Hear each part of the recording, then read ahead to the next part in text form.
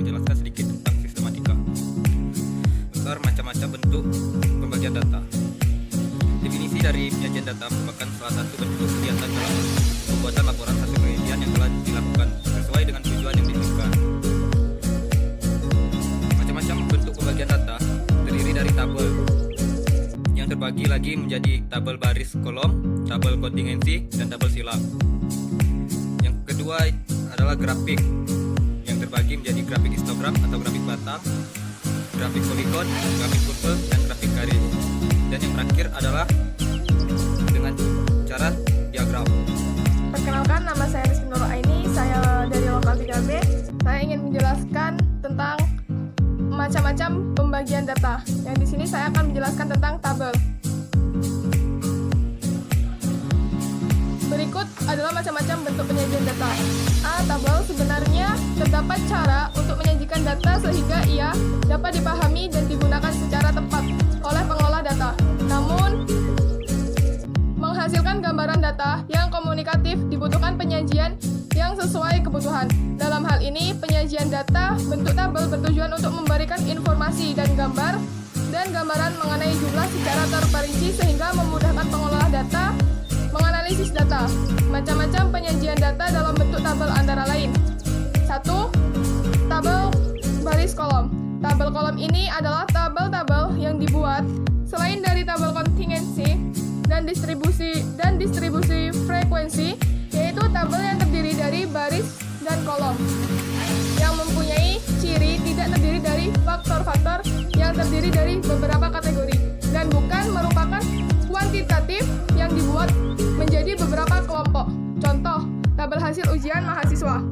Yang pertama itu ada Ucup 95, Iki 90, Fitra 85, LZ 80, dan Bibit itu ada 75. Nah, itulah contoh tabel hasil ujian. Yang kedua ada tabel kontingensi. Tabel kontingensi merupakan bagian dari tabel baris kolom. Tetapi tabel ini mempunyai ciri khusus, yaitu untuk menyajikan data dan yang terdiri atas dua faktor atau dua variabel. Faktor yang satu terdiri atas kategori B dan lainnya terdiri atas kategori K.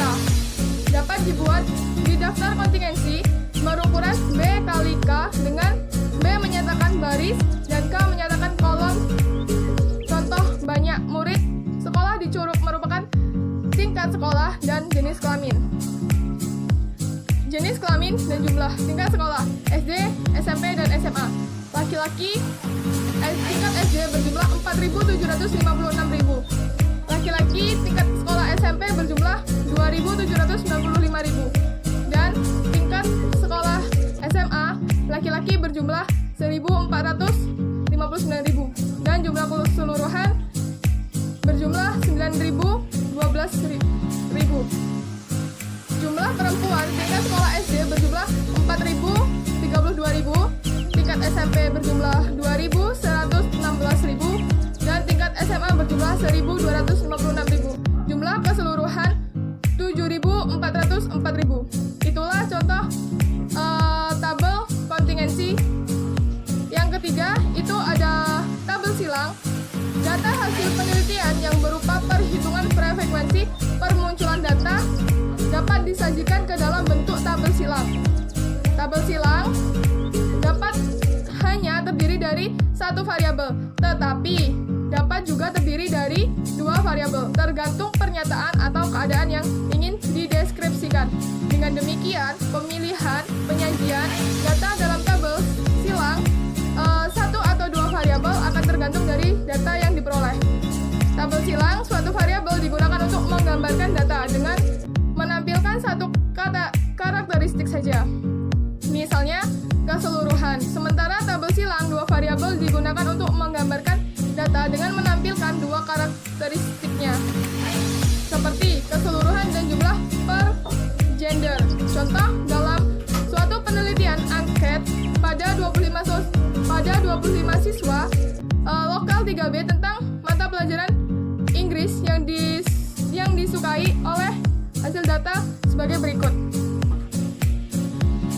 Satu variabel, mata pelajaran grammar berjumlah 5, writing berjumlah 6, speaking berjumlah 10 orang, dan reading berjumlah 4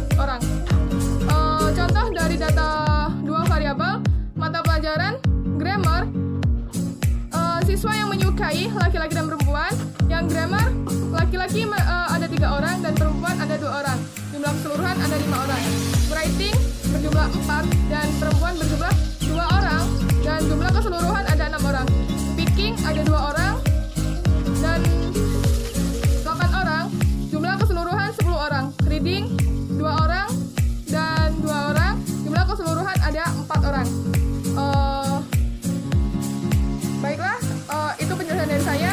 Yang selanjutnya akan dijelaskan oleh teman saya. Di sini saya akan menjelaskan tentang grafik dan pengertian dan juga bagian-bagiannya. Grafik adalah sebuah penyajian data yang berada dalam tabel yang kemudian ditampilkan berupa gambar. Selain itu, pengertian grafik adalah suatu kombinasi angka, huruf, simbol, gambar, lambang, dan lukisan yang disajikan dalam media dengan tujuan memberikan gambaran tentang suatu data dari penyaji materi kepada para penerima materi dalam proses memberikan sebuah informasi. Bagian-bagian grafik di sini sudah disebutkan grafik curve. Curve sendiri adalah perataan dari garis-garis poligon. Gambar poligon sering tidak rata karena adanya perbedaan frekuensi data. Skor dan data skor itu sendiri mencerminkan fluktuasi sampel. Ada juga grafik poligon.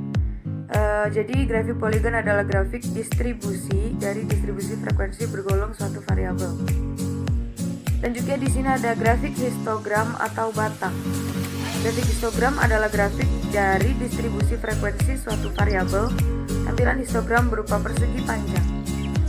Dan yang terakhir ada grafik garis. Grafik garis biasanya untuk menunjukkan perkembangan suatu keadaan. Perkembangan tersebut bisa naik dan juga bisa turun.